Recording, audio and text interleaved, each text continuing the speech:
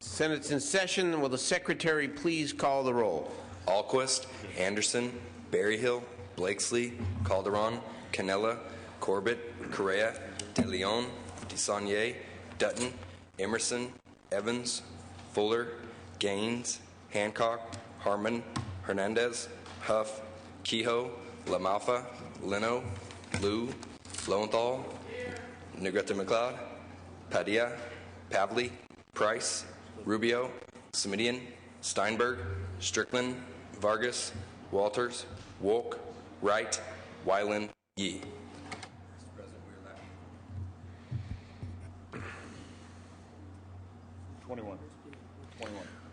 Members, please report to the chambers as we have a very important ceremony.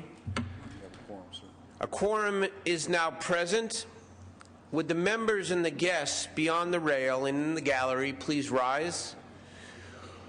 We will be led in prayer this morning by our chaplain, Rabbi Mona Alfie, after which please remain standing. We will be led in the Pledge of Allegiance to the flag by dear friend of Senator Jenny Oropeza, Senator Alan Lowenthal. Good morning. Good morning. It is with great sadness that we gather today to remember a beloved and respected member of this distinguished institution. We offer our condolences to Senator Oropeza's husband, Tom Mullins, and to her mother, Sharon Oropeza, her sister Lynn, her brother John, and to their families.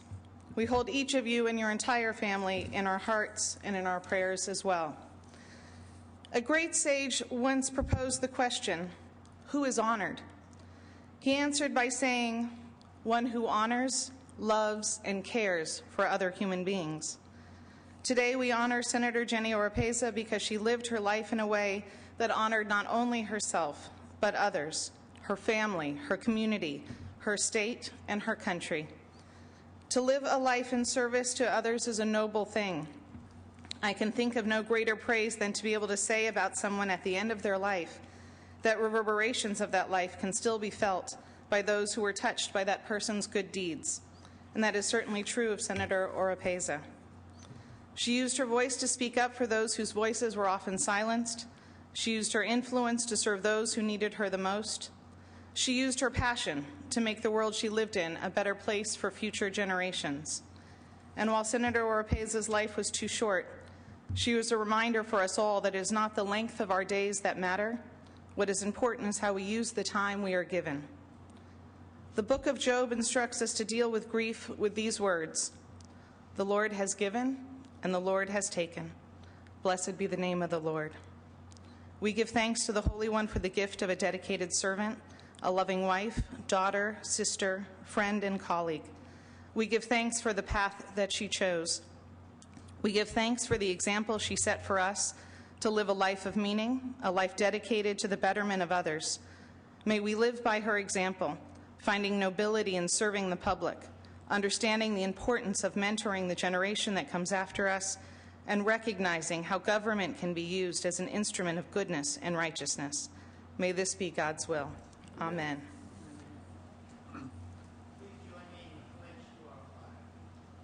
I pledge allegiance to the flag of the United States of America and to the republic for which it stands, one nation, under God, indivisible, with liberty and justice for all. I just wonder, since the Legislative Black Caucus breakfast is obviously not over yet, and members will come, do you have any idea where they're at? I mean, I just wonder if we should recess for 5 minutes here, because I think it would be nice if there was a full crowd. Members, this morning the Legislative Black Caucus is having their annual breakfast across the street at the Sheraton in commemoration of Martin Luther King's birthday. And I know that their program is just ending and that members are returning across the street here to join us in session. So without objection, I'm going to call a very brief 5 to 10 minute recess so that we can have a full complement of members as we begin this morning's commemoration of Senator Jenny Oropeza. Thank you.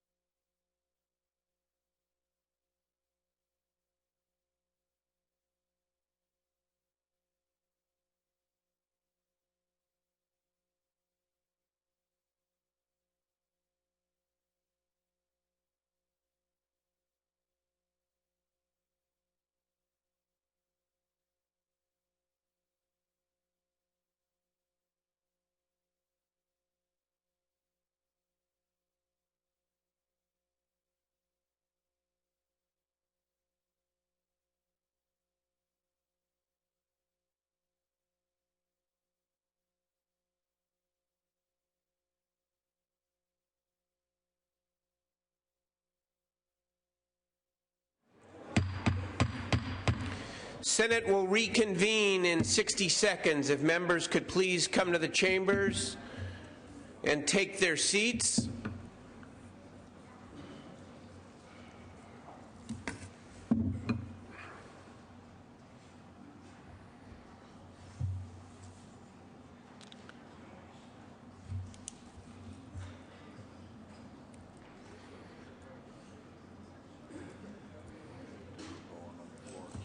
Yep. Good morning, members. Without objection, Senate Rule 55 will be suspended to allow lobbyists on the Senate floor for today's ceremony. Thank you. I would like to welcome some special guests. I would like to welcome California's Secretary of State and Jenny's friend, the Honorable Deborah Bowen. Welcome, Secretary Bowen.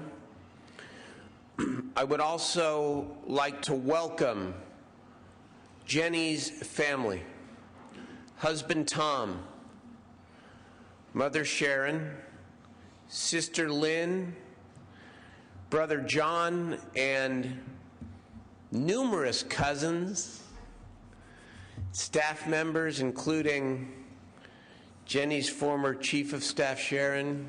Welcome back. Thank you for being here.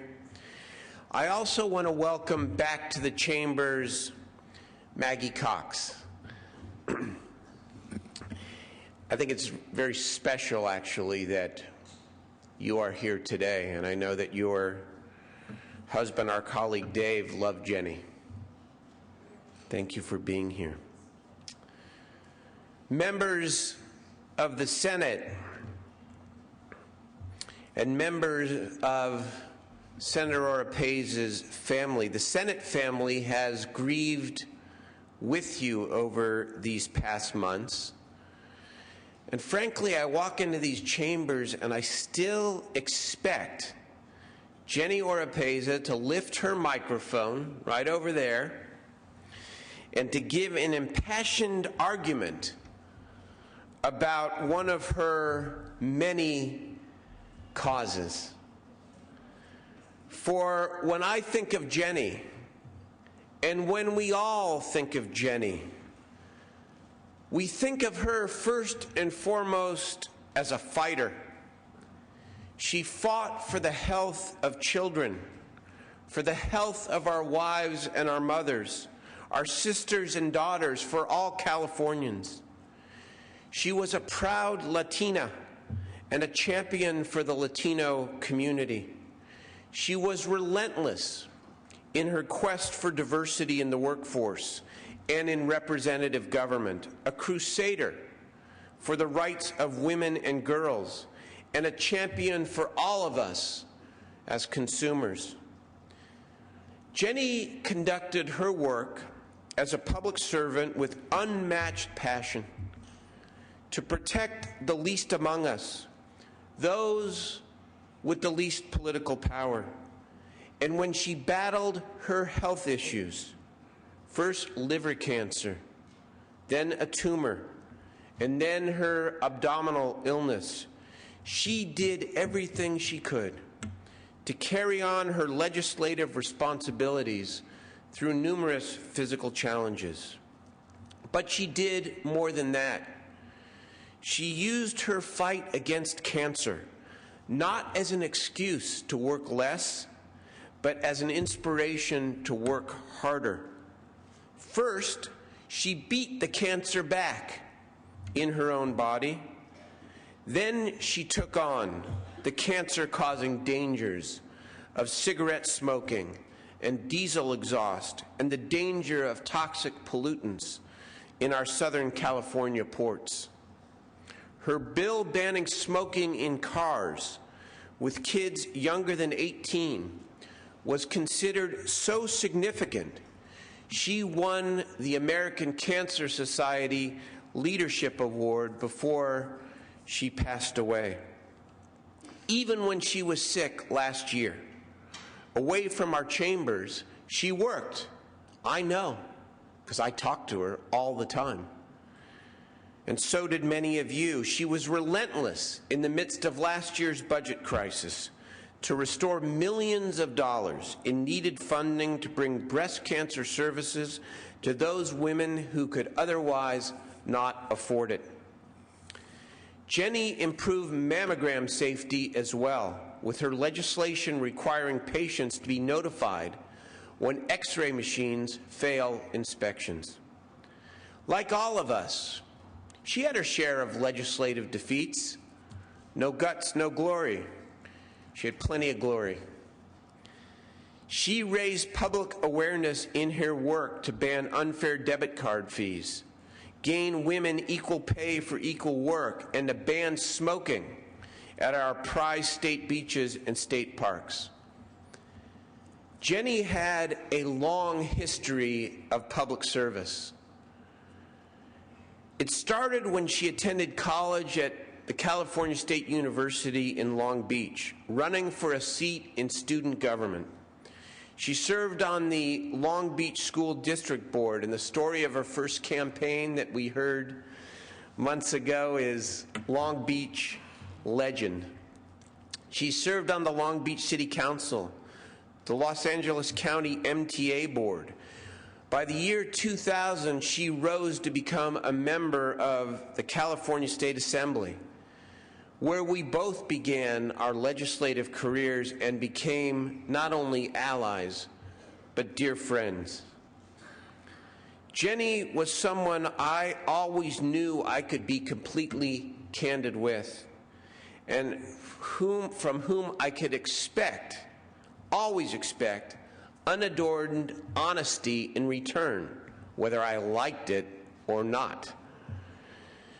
She was not a yes person, and she defined friendship, I think, in part by her willingness to speak the truth, whether it was something you wanted to hear or something that was more difficult to hear. She was a true and faithful friend to me and to many others, and was loyal to the very end. In fact, just weeks before her passing, she was ready to come on up to the Capitol, despite her difficult health challenges, to cast the necessary vote for the budget. And yes, Ms. Cox, we could have avoided an all-nighter, but we decided, to let her rest. But she was willing, and she was ready to jump on that plane and do her public duty.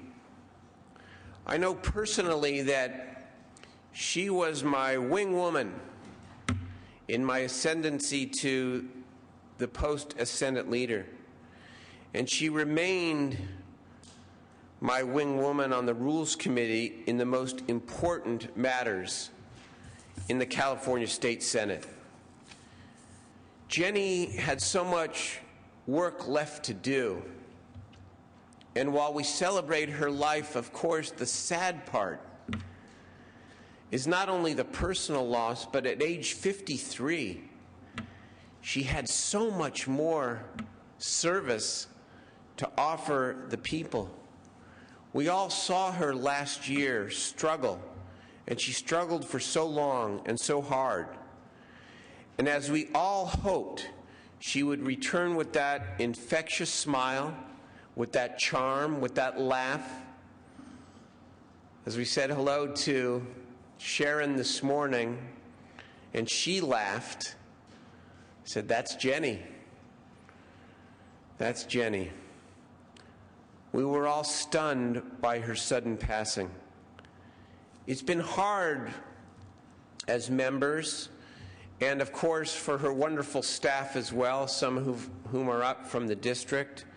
It's been hard on all of us, especially hard, of course, on the family, but hard on the Senate family over these last several months to lose two dear colleagues, two champions, first Senator Dave Cox and then Senator Jenny Oropeza. To Jenny's family and friends, again, we mourn with you. We will never forget our friend or her contributions to this body and this state. And with you, and with all Californians, we sit here today celebrating the amazing accomplishments Jenny made for the people of this great state. Thank you, Tom, especially, for sharing her. Thank you, Sharon, for raising a wonderful daughter who, beyond all else, all titles, was just a good person. Thank you. I'd open up the floor for members to join and give their comments as well. Let me begin with Senator Ellen Corbett, our Majority Leader. Thank you, Mr. President, and thank you for reminding us that we miss Jenny so much and that she's really still here. I rise to honor our dear friend, our dear colleague, and a trailblazer, Senator Jenny Oropeza. Jenny was never afraid to take on difficult battles, even in the face of insurmountable odds. Jenny rose to every challenge that greeted her, both in her long career in public service and in her personal life. For her, advocacy and activism were a way of life. In her college days as a student at CSU Long Beach, the student body elected Jenny twice as their president, and she became the first Latina appointed to the California State University Board. And I know she was very proud of that. She was loyal to her friends, to her colleagues, to her causes, and to democratic principles. I admired Jenny's tenacity. She took on tough issues, often for those that might not otherwise have a voice. I remember her bill to provide food to food banks. Do you remember that bill? Mm-hmm. For Jenny, it was a straightforward issue. If food was not being used, why shouldn't it be made available to those in need? When the opposition showed up, the battle was on. I don't think Jenny could even imagine why there would be opposition to a measure like that. Now, she may not have gotten everything she wanted in that bill, but she showed us how important it is to fight that good fight. I'd also admire her tenacity for making sure that we had legislation to allow all women to have access to screening for breast cancer. That was a major battle she fought and won. I had the pleasure of serving with her on several committees, and I always liked to sit next to Jenny because she paid such close attention to all the testimony. I think some of you might remember this too. If you were sitting next to Jenny, sometimes you would hear her very quietly say, "That's not right." And then maybe a little louder you'd hear her say it again, "That's not right." And then up went the microphone. And Jenny would ask a pointed question to get at the truth. She was never afraid to ask those questions. Throughout her career, she encouraged and mentored so many people. No matter how busy she was, she would avail herself to those aspiring to be part of public service.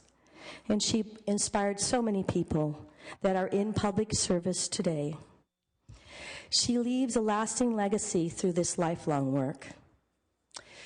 The Long Beach Press Telegram ran an iconic photo of Jenny that, to me, captures her incredible spirit. Jenny was a council member in this photo. Some of you may have seen it. It was definitely Jenny. She was wearing a beautiful scarf. She was under a brilliant blue sky. She was surrounded by all her constituents. She was leading the crowd in a celebratory toast to mark the construction and the dedication of a park to Cesar Chavez in Long Beach. She stands proudly in the photo, recognizing the hard work of all of those who worked to revitalize that area. That's how I remember Jenny, with a beautiful smile on her face, always ready to take on the world, a public servant never wavering in her commitment to bettering her community or bettering the state, and a lawmaker who never failed to remember her roots and the people who she served. Our thoughts and prayers are with Tom and her family and her friends, her constituents, I'm sure, who miss her a lot as well, and her wonderful, loyal staff. Thank you so much for sharing Jenny with all of us. California is a better place because of her beautiful spirit. Thank you, Senator Corbett. Assemblyman, but always Senator Gil Cedillo. I thank you. First, let me thank you. I really do want to thank you for doing this. It is, and I can say this from a place of perspective, this is a Senate family. And we have committed ourselves to the protocols, the comity, the culture of the Senate. And Jenny and I felt this way, that we were very privileged and very honored to be here, to be on this floor, to have the responsibility of representing the people of California. We took that challenge, that responsibility very seriously. And so I thank you, Mr. Pro Tem, because it is so important to be here today and to acknowledge that. I'm so happy to see my dear friend, Sister Maggie. Where is she? I saw her. Maggie? Because, you know, there's something special about being in this Senate. And Diane Watson told me this once, many years ago. I was on a plane with her, and she said, you know, Gilbert, I've been an ambassador, I've been a congresswoman, school board person, I had a lot of jobs. She says, there's no job better in this country than being in the California Senate. The importance, the tradition, the heritage is so critical. And so thank you for doing this. Let me just say a few things about today and about Jenny and her legacy. I want to give you a little different perspective. Tom, you have been blessed. And I know to some degree, I have some familiarity with the type of loss that you have suffered. It is unthinkable. There is no question about it. You cannot imagine, if you have not experienced this, the depths of the despair and the pain and the loss. I know that. I say to you that you must focus on what you had, that you must live on what the experiences that you were able to share with Jenny, that you cannot lament or dwell on what has been lost. That is immeasurable. But equally without measure is the love that you shared.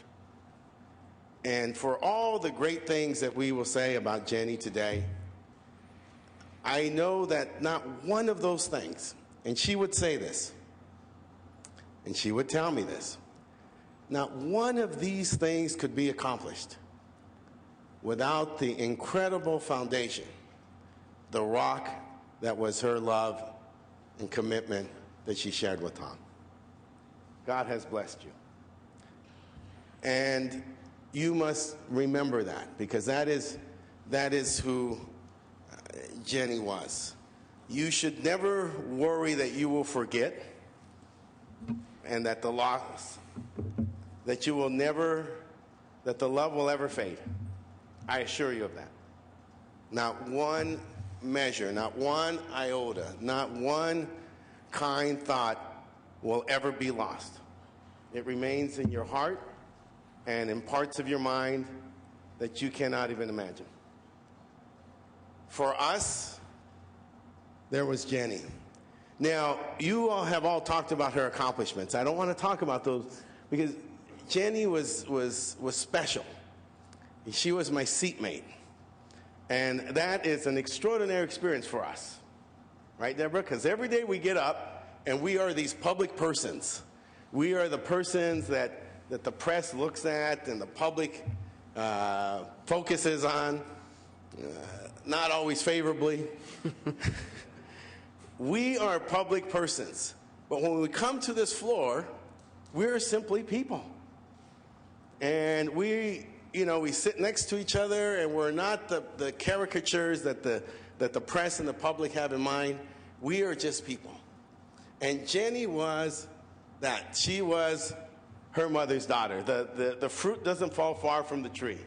And there's not a motion, a smile, a tooth. If you look at this family, I mean, they are just made out of one factory. All the parts are there, interchangeable.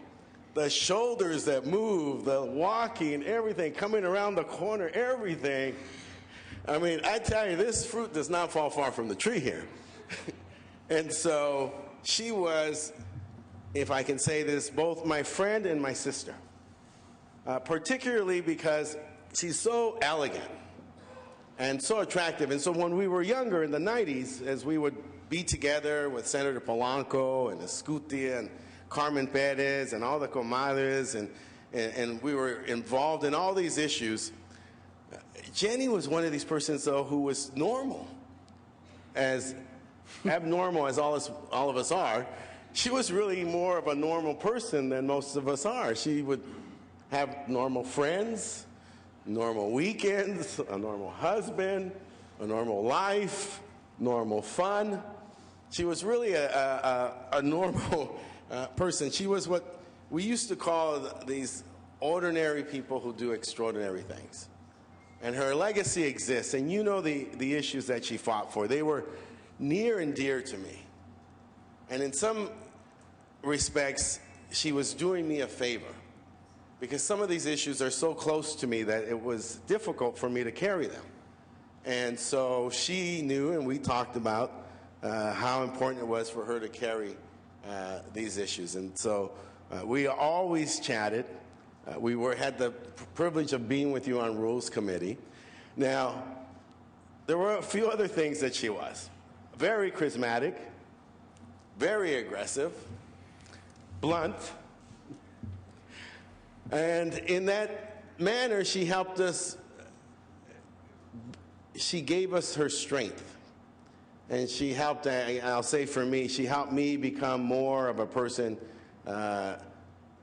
believe it or not, more of a person who would be willing to speak my mind, more of a person who would be more candid, more of a person who would be willing to step forward. And I can never thank her enough, or thank her family enough for that. At the end of the day, she was like all of us, but in many respects, really, really bright, a star, a light. She was a leader. Her legacy reflects her influence, and it has been a tremendous loss for all of us. And I thank you for giving us this moment to reflect on that loss. But as I said for Tom, also to reflect on the tremendous gift that she was for the Senate family. Thank you. God bless all of you. Thank you very much, Senator Cedillo. Senator Mark Leno.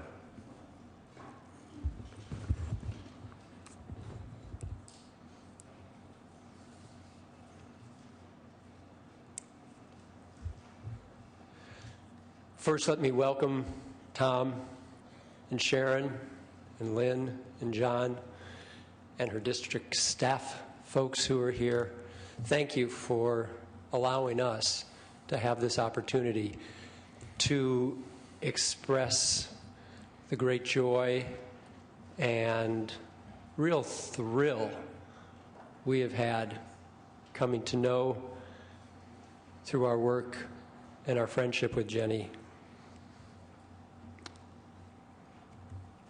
I remember very clearly, I suspect I always will, the very first time we met. It was during our Hertzberg training that we received as we came in as new members. This was in November of 2002, elected members but not yet sworn in. And a number of assembly leaders came to share some of their experience with us. I remember Dave Cox as leader of the Republicans in the Assembly at that time coming to give us his wisdom and reminding us how quickly the 6 years would pass, to focus on every day that we had. And I remember when Jenny literally breezed in, entering the room with supreme confidence, certainty, radiating health and vitality like a blast furnace, that bright smile, brilliant eyes, looking a lot like that photograph right there. And what she imparted to us was we were about to enter into the best job we may ever have. She said it may not be the most remunerative, but it will be the most fulfilling, the most satisfying job that we may ever have. And she was right about that. I found through my experience with Jenny that she had a very serious maternal instinct and nature. And I use that word as defined as someone who cares deeply and profoundly about everything and everyone with whom she has contact. I told her that she was my Yiddish Latina mama. And she proved that time and time again. When we first introduced our marriage equality bill in 2004 and then in 2005, Jenny was there from day one, not just with a vote and a co-authorship, but she helped move that issue forward. She told me, Mark, in my traditional community, this is a tough issue. But for me, it is purely civil rights. Civil rights, nothing more, nothing less. And that's what my life is about. And so working with her and with Gil and with Gloria and with Kevin and Fabian and others, and of course the support of the Latino Caucus, Dolores Huerta, subsequently the United Farm Workers and the Mexican American Legal Defense and Educational Fund, and building a coalition of all the ethnic civil rights organizations who have the mission of civil rights. I could see she got great pleasure in being able to partner in the success that we had in 2005, getting that bill to a governor's desk, the first of its kind anywhere in the nation. And it was a very exciting, collaborative effort. Jenny was front and center with that.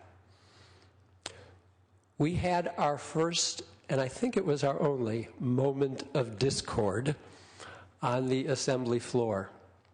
But I learned a great lesson about the job and also about Jenny through that moment.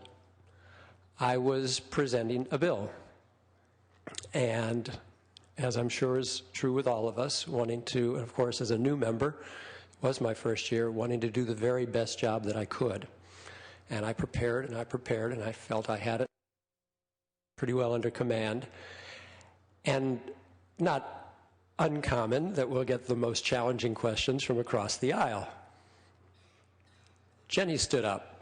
Now, I thought maybe it's going to be a question of the author, a leading question, an opportunity for me to make my point, since my time had expired. That was not the case. She asked me a question I could not answer. And my feathers were ruffled. And I couldn't understand why my friend Jenny would have done that to me so publicly. So, of course, we had our private moment to talk it out. And this is where this maternal instinct I saw revealed. She said, Mark, I want you to be the best you can be.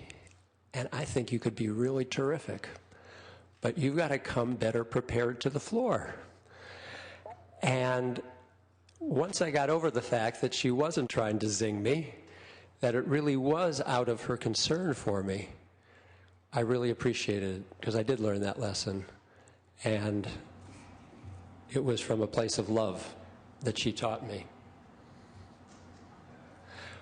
When she introduced her bill to prohibit smoking in automobiles with minors, we talked it out, and I told her, number one, I'm just going to give it serious thought, but I do have a libertarian streak within me.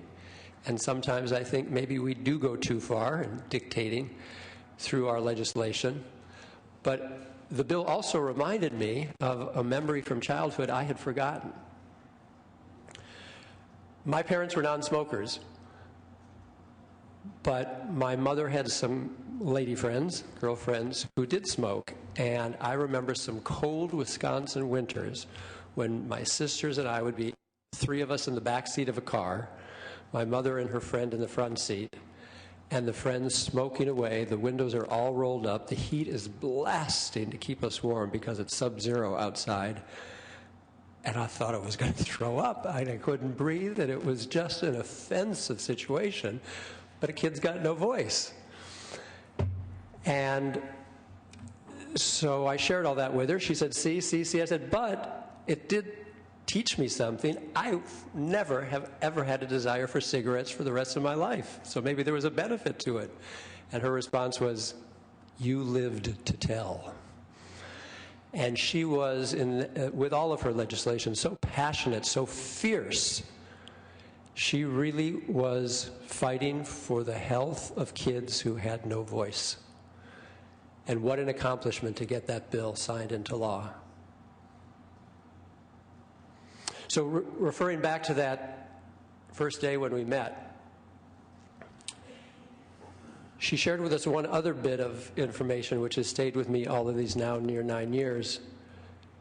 That also, I think, was Bob Hertzberg's words. The message was, you've got 72 months, your clock is ticking. And that subsequently led Jenny and I to have some conversations about, philosophical conversations, the nature of life. Life, not unlike our legislative opportunity, is time and term limited. But we so often live our daily lives without that consciousness that we have X number of months. Here we know how many months we've got left. In life, that's unknown to us, but nonetheless, it is term limited. Jenny was well aware of that.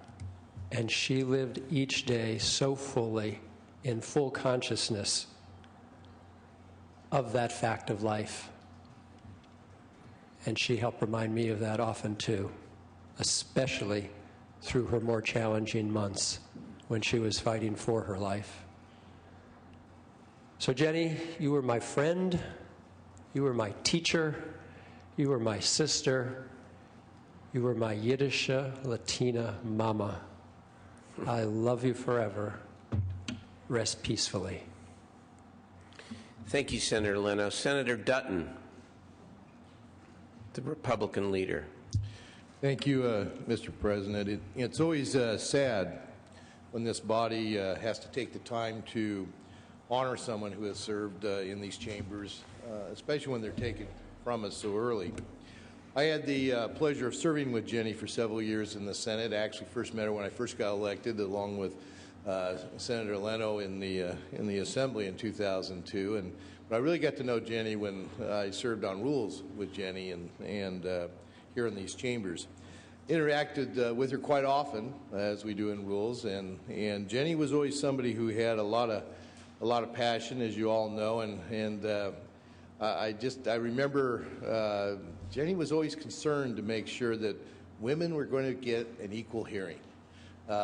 She was really concerned not just if Republicans were going to go give a woman who was an applicant to a commission or something a fair hearing, but she was actually really concerned that Darrell was going to make sure that they got a fair hearing and so forth. That was something she was never bashful about, is to make sure that women truly did get treated equally on all issues. And she, like everybody said, she truly had a passion. She wasn't somebody that if you had a bill before one of her committees, you certainly didn't want to get into an argument with her. It wasn't going to do you any good as far as trying to, whether you're Democrat or Republican, it wasn't going to do you any good. Because she was very committed, very well prepared, and a true asset to this body. Her family and friends should know that she was not only a leader within her own our community, but also within her own party, and was highly respected by her Republican colleagues. And for that, we will miss her very much, and our thoughts and prayers want to go with Tom and her family, and we too are better people for knowing Jenny. Thank you. Thank you very much, Senator Dutton. Senator Lowenthal. I rise to pay tribute and to my dear friend and colleague, someone that I've known for over 30 years and work with, and I'll explain that a little bit, Jenny Oropesa. We talk about here, some of the great accomplishments, and she has left a wonderful legacy as first an assembly member and then as a senator in her breast cancer screening work, as we all know. And I'm not going to spend too much time about the work here, but it was a wonderful legacy. Her anti-smoking, her fighting for her district, her fighting against issues of pollution, diesel pollution. But I want to share with you a few of the experiences how Jenny tremendously impacted my life. And we've kind of been partners and walked together and shared the same entry into politics together. I knew Jenny a little bit 35 years ago when she was student body president at Cal State Long Beach, and I was on the faculty. And but I was amazed. She was not just the student body president and the first Latina, the first woman. She was elected twice by the first student to ever be reelected student body president. And you go today, and that was over 30 years ago, back to Cal State Long Beach. Students talk about Jenny Oropesa. Jenny Oropesa was a role model, beloved by that campus, and really she empowered students, and that's really what Jenny did. She was a great person to empower others. But it was right after she had graduated that I met the Oropesa team, really, and that's Jenny, Tom, and the women. That's really what it was. I would occasionally drop in, but it was really the women, as we all know. There was, as we all know, Sharon and Lynn, but it was also Sharon Weissman. You do not know. Sharon Weissman was not just Jenny's chief of staff. Sharon was Jenny's sister, was Jenny's soulmate, really was tremendously loyal, and so was Carmen Perez, and so was Veronica, and so were all the women, and because I just remember all the campaigns, because Jenny was a wonderful campaigner. So she's now graduated, she's in her early 20s. All of a sudden there's this campaign. This Long Beach is a city that was going through transition. It had been a kind of a Iowa by the sea, but it was now becoming a great multicultural city. And one of the things that we had, this was 30 years ago, is we used to elect our school board members citywide. So we needed to have an election, and I was just beginning to get involved in politics, to see if we could have district elections for school board. And so people could be represented, could be elected to represent the communities that they serve. 35 years ago, this was a big, big step. So the campaign begins, and who is the campaign manager? This young student who just graduated. And so Jenny, and I'm a volunteer. So my first job in politics is working for Jenny. She would send me out every day, and I'd say, what am I doing? She said, just go out there and deliver this. And talk to people. And we'd have late night meetings. It was wonderful. It was just a wonderful, and Sharon was there, all the women were there, Tom was there, it was just a wonderful beginning experience. This kind of person who had this great wisdom and passion, and she lived it when she was in her early 20s. So after that, I say, that's just an amazing person. So she now is in her late 20s, and she decides she wants to run for city council.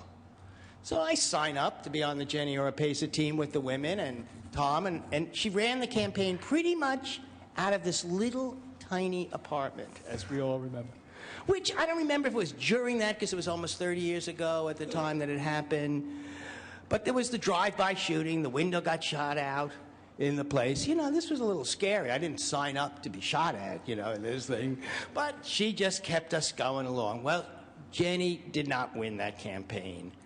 But she taught me how to campaign and how to care, and really the concept at that time of loyalty, of what it means. Because people did not just come to work on campaigns. When Jenny called, they came because they loved Jenny, and they wanted, because they believed in this, a person that would never, ever say, you know, not say no. She always was there to challenge. When she then became elected to the school board, as a result of these district-wide elections, I had just then been elected to city council, and then Jenny followed me also 2 years later on the Long Beach City Council. So our careers, we've kind of been linked together. Big supporter of Jenny on the council. I will tell you, as Mark pointed out, I felt like a sister. Jenny was my sister, and that did not mean we did not fight sometimes. And when Jenny and I fought, we each, very rarely, but when we did, each one felt terribly hurt that the other person didn't really listen to them. You know how it is when you have a brother or a sister that you care about. I want to point out the thing about how she was also the trailblazer. It was pointed out, you know, when she was on the city council, she represented a district that was a working families, first generation immigrants into the country. It was a district that had no parks, no services. And Jenny was the first person of color in that district and the first Latina in that district. She fought for a park, this little tiny stretch of land, to make a safe place for communities. And she worked so hard at it. And then she wanted to name it Cesar Chavez Park. And I will tell you, 20 years ago, it was real difficult in a community. People were saying, oh, you can't name it, it's going to be divisive. Jenny said, it's going to be good for the community, it's going to bring us together, it's going to heal the divisions in our community. She fought for it against great odds, and she won. And today, everybody is so, so proud of the park that Jenny created. So she was the first.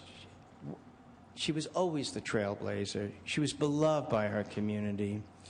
I can just tell you, she, one of a kind. We will all miss her greatly. Passionate beyond belief, a wonderful human being. I just feel fortunate to have been part of the women in Jenny's life. So, and I'm sure Tom does too. Thank you, Senator Lowenthal. Senator Alquist. Thank you, Mr. President. First, I'd like to thank you, Darrell, for allowing us as a body to grieve and pay tribute to Senator Jenny Oropesa. And I'd like to thank the Senate and its culture of allowing us to do this. Next, I would like to say to Sharon, you did a great job, Mama. She was a great person. And to Tom, and I've already gotten a little emotional from what Gil was saying, having lost Al and remembering how Gil came to me after that to help me through that. And then talking with Tom, my fiance Duncan and I, talking with Tom and trying to be of help to him. And so to Jenny's family and good friends and staff, we really miss her. That's the first thing I would like to say. The second is that due to her illnesses, Jenny understood the fragility of life and that our time on this earth is brief and that things can turn on a dime. These factors created an urge for her to get things done quickly precisely and competently. She believed that we owed that to our constituents, and she was right. As has been mentioned, Jenny was a great advocate for issues that she believed in, and she had great courage. One of the great things about Jenny was that you always knew where you stood with her. And isn't that wonderful? Isn't that wonderful? Because too many times up here in the Capitol, it's like smoke and mirrors, and, you know, you come back and you think, well, what was that conversation really about? With Jenny, you knew exactly where you stood. And being a great advocate, she was able to articulate issues clearly and forcefully. Most of all, Jenny was a great and true friend. As a caring and loyal friend, she always had your back. Jenny's death was untimely and a heartfelt loss, and we miss her very, very much. And so, to use a phrase that I've grown up with, may Jenny's memory be eternal. Thank you, Senator Alquist. Senator Kehoe. Senator Steinberg, appreciate it, and thank you to the Oropeza family for traveling up to Sacramento today to help us remember what a wonderful person, what a wonderful senator and public servant Jenny was, and to Tom and to Sharon, sister, and to all the folks that we met at the tremendously moving celebration of life in Southern California a few weeks ago. I say welcome. I am very glad you're here, and also to Maggie Cox for joining us today. She certainly understands what this experience is like. Jenny and I were in the same class. A number of us were. That's when we met. Elected in 2000, and we really kind of jumped into the deep end of the pool. The energy crisis was in full bloom, and shortly thereafter, our unending budget crisis came and never left. But that first summer, Speaker Hertzberg asked me and Jenny and I think Assemblymember Vargas to travel to Spain with him. And I thought, wow, we get to do that once in a while. I was thrilled. And it was my first visit to Spain and one of my first few trips to Europe. And Jenny came along solo, as she often did. And we spent a lot of time together because of that. And we had a wonderful few days in Madrid and went to the Prado, and we stayed right in the middle of town, and the food was fabulous, and we went all over the place. And at the Prado, we went to a gallery, and there were many paintings by Rubens. And Jenny was talking about how much she loved Rubens and how the idea of women's beauty changes so much over the centuries. And she was so interested. You know, we know that she was a great lawmaker, a public policy advocate, a public servant, but here she was so interested in the culture of Spain, in the fine arts and what it meant to be a woman observing these great classic paintings. And we had a docent explaining everything to us. It was just a rich, really memorable experience, and that's why I wanted to mention that to Tom earlier. Her leadership is unquestioned. Her passion for the work that she did, never backing off on an idea that she believed in, was, clear to all of us. She's passed away so far too soon, and we all acknowledge that. She will certainly be missed here and not forgotten. For her work, but also for her joie de vivre. She was a wonderful woman to know, and that's what I'll remember about Jenny. Thank you, Senator Kehoe. Secretary Bowen, former senator. Thank you, Mr. President, members. I forgot how these work. Just doing just fine. Yeah, it's true. I was actually, I sat where Jenny sat because the 28th Senate District was the one that I occupied. And of course, it was that campaign, that 2006 campaign, was really the last campaign in which I was politically active on a partisan basis, because as Secretary of State, that's something that you leave at the door of the building when you walk in, and you basically just stop participating, endorsing, and so on, and go to the community colleges and register voters. But I was, of course, very mindful of that, because I had, you feel a little like it's your seat, don't you, Gilbert? I think he's gone. But you really want to pass on your seat, make sure that it's in good hands and that the constituents will continue to be well served. And I had no doubt that Jenny was the right person to do that. And I was pleased that because I was running for Secretary of State, I could still do that. But I remember the Democratic convention, nominating convention, and the votes were exactly even. And we had 3 people who were not committed, and it was my task to be her whip and go find one vote. And what a vote it was to find. It was somebody who'd been on the Coastal Commission and who I'd had to ask to resign, whose vote I now needed. Anyway, I got it for her. But it had made me think how often history has been changed by one vote.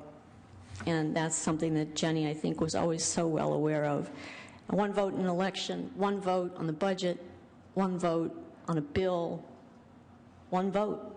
That's how we work in a democracy. Majority plus one vote. And so for anybody who ever wonders whether that one vote matters, it does. Changes everything. Changes everything. Hard for me to believe that a year ago this time I was calling Jenny's office to get a resolution because my stepmother was in hospice and was about to pass. And it was so shocking to find myself at her memorial at only a few years older than my mother was when she died. So all of this is a big swirl of connected loss for me. But there is no place like this chamber for people to set aside those campaign differences, come together and honor each other for our public service, which is something that in recent years really has almost gone out of vogue, become something that people despise, that people look down upon. I think that the events in Tucson recently have made people think a lot more about what it is that we do when we stand up to serve, and we stand up and we have windows shot out, and we put ourselves at risk, and we don't put barriers between ourselves and the people we serve, because we know that one vote does make a difference, and that it's somebody talking to us. It's what we do as elected officials.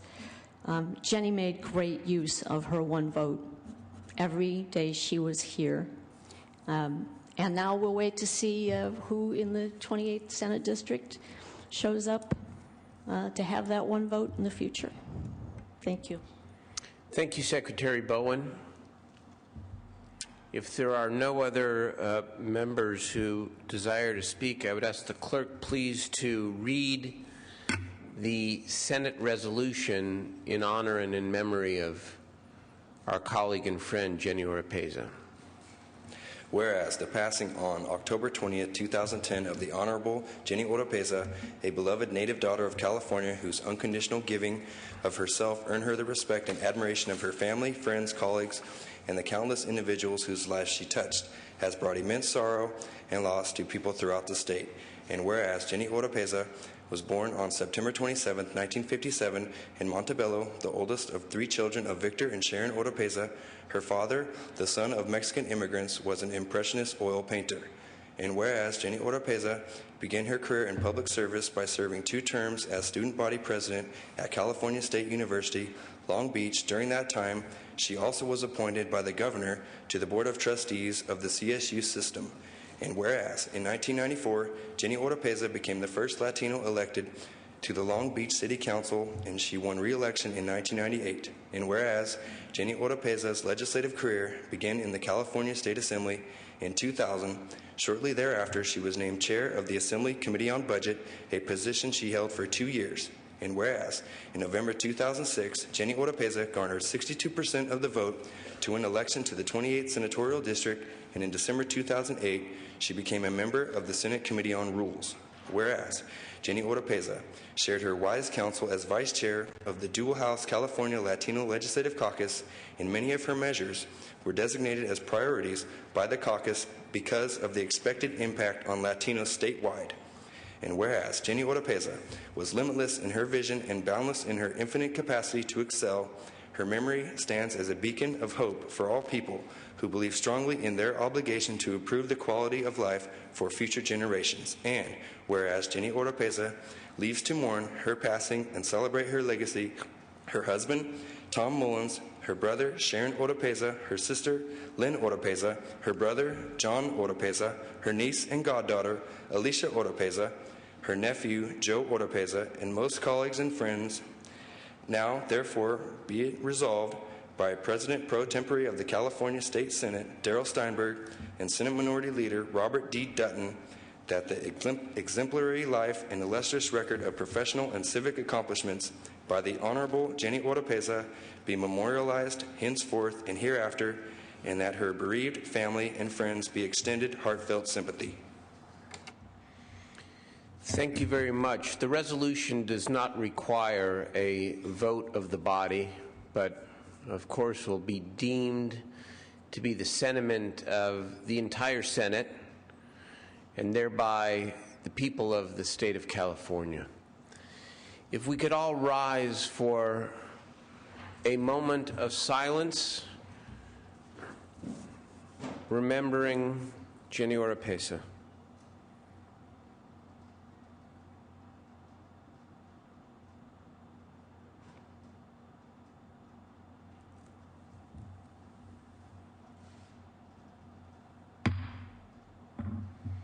Thank you, members, guests, and family. We will next take up the resolution and have a ceremony to commemorate the birth of Dr. Martin Luther King, Jr. There will be a reception to honor Senator Oropeza and to welcome her family immediately following in Capitol Room 211, which is just outside the chambers. Thank you.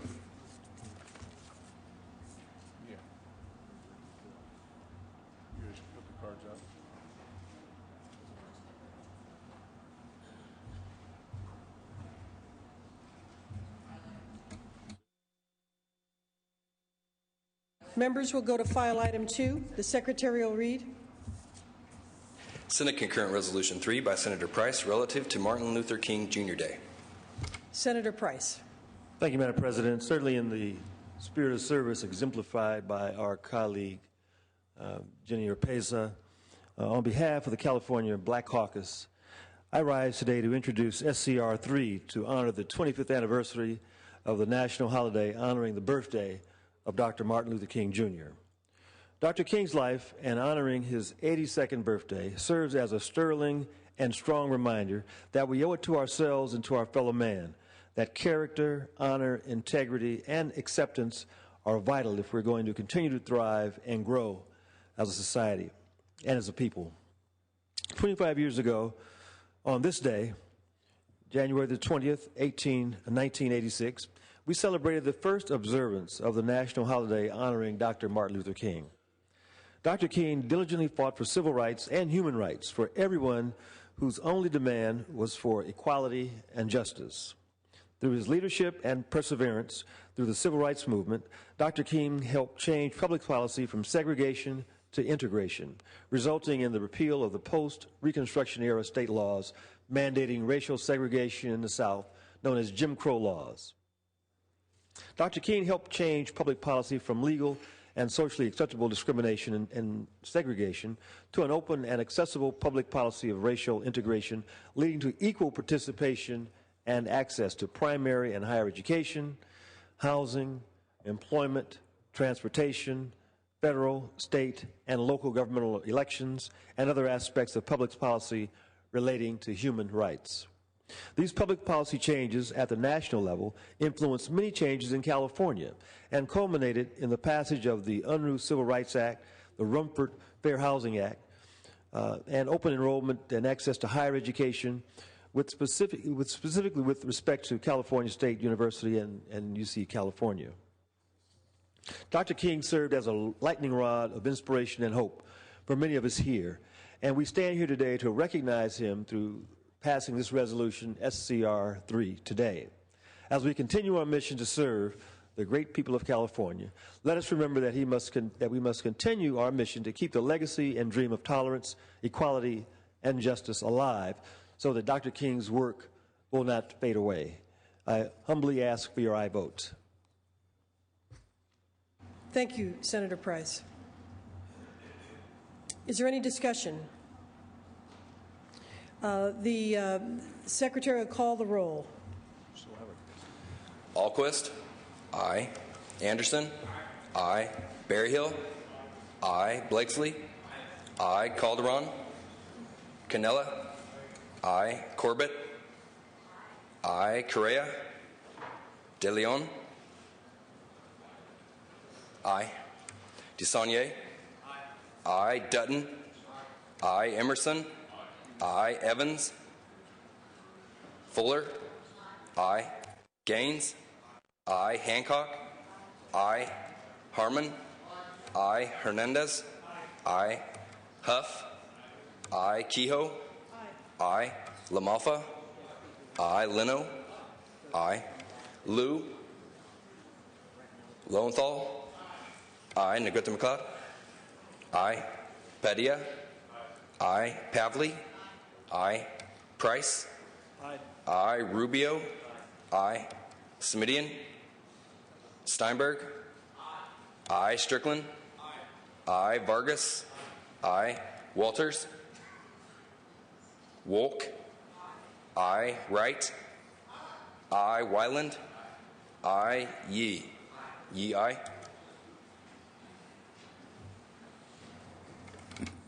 And the ayes are 32, no 0. The resolution is adopted. Thank you, Madam President. Senator Price, yeah. Yeah, if I may, just want to express thanks to the members who joined us this morning at the MLK breakfast. Pleased to have the governor, the President Pro Tem, and colleagues here, both sides of the aisle. Appreciate your support and your participation.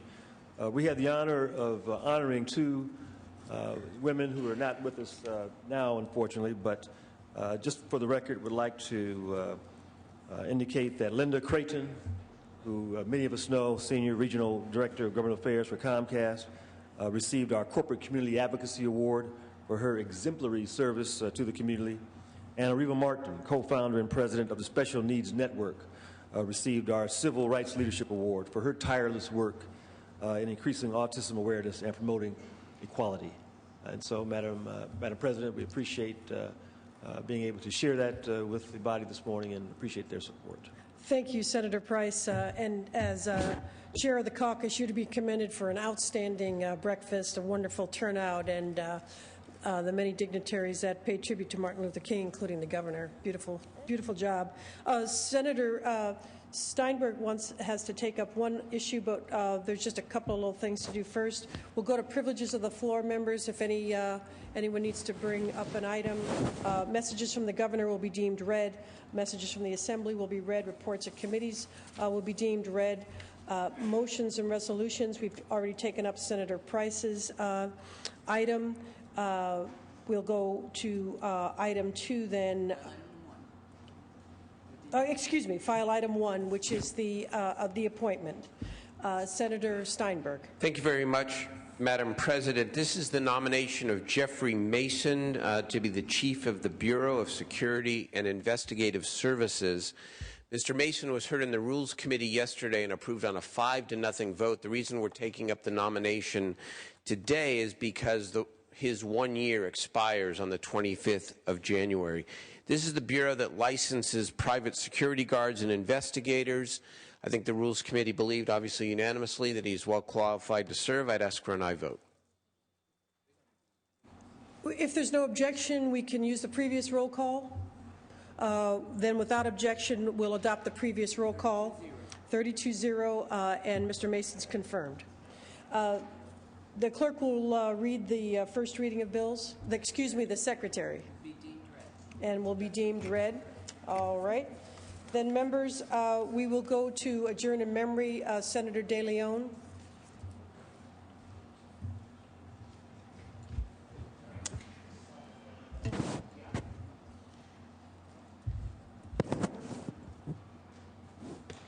Senator De Leon. Thank you, Madam President. Colleagues, I rise to adjourn in the memory of Cesar Calderon. Just 3 days ago, Cesar Calderon passed away suddenly and quite unexpectedly Monday afternoon at the age of 45.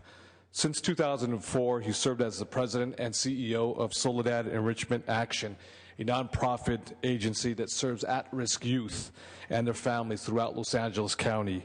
Born in Guatemala, Cesar first came to SEA in 1991, first working as the organization's accountant, and then he rose up to become the CEO and president. Dedicated to our community, Cesar believed in the potential of everyone. He believed that the solution for many was not just to help, but rather to empower, and that was a major difference. I'm sure there's a handful of folks who are present in this legislative body today who met Cesar Calderon because he would have come up on an annual basis in Fresno with a plane load of young men and women on an annual basis and would ask both assembly members as well as state senators if they would engage and speak with these young men and women who are at-risk youth. He was an individual who held this legislative body in very high esteem, Democrats, Republicans, in both chambers. And this was an individual who brought youth up because he wanted to see that this is an example that regardless of your trials and tribulations, as a young man, as a young woman, you can aspire to be who you want to be if you believe in yourself as a young man and as a young woman. I was quite shocked to hear when I got off the plane landing in Sacramento that he passed away again at the age of 45. This is an individual who will be terribly missed in our community in Los Angeles. He was quite prominent as well in the Long Beach area. Above all, Cesar will be remembered as a loving father and a loving husband, a son, a mentor, as well as a friend. He is survived by his wife, Dina, his children, Jennifer, and Cesar Jr., and his beloved parents, brothers, and sisters. He will be, no doubt, deeply missed. Colleagues of the Senate, Madam President, I respectfully adjourn in the memory of Cesar Calderon. Thank you. Thank you, Senator De Leon. Mr. Calderon's name will be entered in the journal. We appreciate your remarks. We offer our condolences. Senator Steinberg, I believe the desk is clear. Thank you very much, members. I'd like to exercise, if I might, just a brief privilege on the floor as well. Today marks the 50th anniversary of the inaugural address of President John F. Kennedy. And given our celebration today of the life of the nation's great civil rights leader, Dr. Martin Luther King, Jr., whose work led to the introduction of the '64 Civil Rights Act, which John F. Kennedy, of course, began working on, I thought it would be appropriate to read a brief quotation from President Kennedy's inaugural speech. And while President Kennedy used this in the context of escalating tensions with the former Soviet Union, I say this because I believe it should have significant meaning to us, especially at this point in our state's history. He said, "So let us begin anew, remembering on both sides that civility is not a sign of weakness, and sincerity is always subject to proof. Let us never negotiate out of fear, but let us never fear to negotiate." Members, a session will resume Monday at 2 o'clock, and next week begins the arduous but essential task of crafting a 2010-11 state budget. And under the leadership of the budget chair, Senator Mark Leno, the vice chair, Senator Bob Huff, we have scheduled 29 budget hearings and or subcommittee hearings, official hearings, over the next 4 weeks. So buckle your seat belts, we begin next week to get this job done for the people of California. We have one more item. Thank you, Senator Steinberg. At this time, members' regular session will stand in recess until 3:30, and the first we will. And the first extraordinary session will be convened. The prayer and the pledge will be deemed complete. There is a message from the governor. Mr. Secretary, please read the proclamation. By the Governor of the State of California, whereas on the 6th day of December 2010, pursuant to Section 10F of Article 4 of the Constitution of the State of California, Governor Arnold Schwarzenegger proclaimed a fiscal emergency, and whereas that proclamation contained certain findings supporting the declaration of a fiscal emergency, and whereas on January 10, 2011, I released my proposed budget for the State of California, and that budget reflected current economic, budgetary, and cash information, and whereas without corrective action, the combined operating deficit for fiscal year 2010-11 and fiscal year 2011-12 is $25.4 billion, and whereas revenues are $3.1 billion lower than were projected at the time of the 2010 Budget Act. And whereas the passage in November 2010 of Proposition 22 created an additional budget shortfall of $1.6 billion, and whereas decisive action is required to solve the state's persistent and severe budget problems, continue economic recovery, promote job growth, and preserve public education and the quality of life for all Californians. Now, therefore, I, Edmund G. Brown, Jr., Governor of the State of California, in accordance with Section 10F of Article 4 of the Constitution of the State of California, hereby determine that general fund revenues for fiscal year 2010-11 will decline substantially below the estimate of general fund revenues upon which the budget was based, and general fund expenditures will increase substantially above the estimate of general fund revenues, and further, that this will create a carryover deficit affecting the cash reserves in the budget for fiscal year 2011-12. I, Edmund G. Brown, Jr., Governor of the State of California, hereby declare and reaffirm that a fiscal emergency exists. I, Edmund G. Brown, Jr., Governor of the State of California, hereby identify the nature of this fiscal emergency to be the projected budget imbalance for fiscal year 2010-11, which is causing budgetary and cash deficits in fiscal year 2011-12. I, Edmund G. Brown, Jr., Governor of the State of California, further determine in accordance with the findings set forth herein and the legislation that I am proposing to the legislature in connection with this proclamation, that this proclamation dated January 20, 2011, supersedes the proclamations issued on December 6, 2010, for the purposes of Section 10F of Article 4 of the Constitution. In witness whereof, I have hereunto set my hand and caused the great seal of the State of California to be affixed this 20th day of January 2011, Edmund G. Brown, Jr., Governor of California. Thank you. Members, is there any further business to come before this first extraordinary session? Inquiry? Senator Blakesley. A parliamentary inquiry as to whether or not the action of the governor is in good order. Given that under Prop 58, we had an obligation and duty as a legislature to, I believe, present a response, a budgetary response to the declared emergency. I understand from what we just heard that emergency, I believe, has been extended. But as I recollect, there were certain duties on this legislature to take action, and failure to take that action put certain burdens on us in terms of any legislative functions that might happen other than balancing the budget. Can someone respond to this parliamentary inquiry?